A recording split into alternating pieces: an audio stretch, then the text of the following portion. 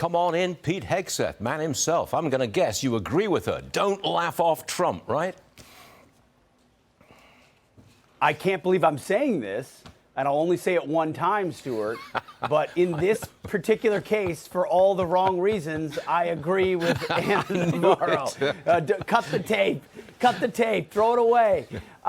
She's, of course, right. I mean, when you watch everyone pile on at the same time, creating a establishment versus somehow Trump could become the outsider again, who's running against what the groupthink tells you shouldn't.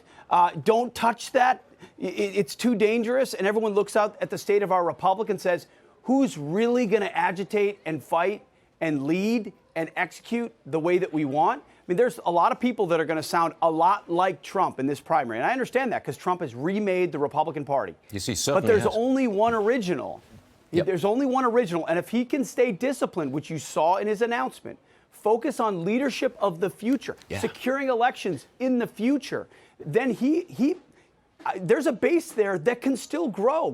How many times has his political obituary been written by the so-called gatekeepers of what's acceptable? Time and time again, and he's overcome that. So you should never count him out and never underestimate. This is still wide open, and he announced because he wants to dominate the field. And we'll see what happens. I'm beginning to modify my formerly angry opinion. We'll talk about that later.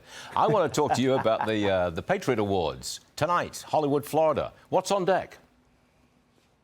Oh, man, I'm so excited for this, Stuart. It's my favorite event of the year. It's an opportunity on that stage over my shoulder to honor the folks, the Americans who really deserve to be recognized. You know, there are award shows for athletes and actors and people who play heroes on TV. The Patriot Awards honors the real heroes. This theater will be packed tonight, 7 p.m. on Fox Nation, for all the right reasons. This is the award show America deserves.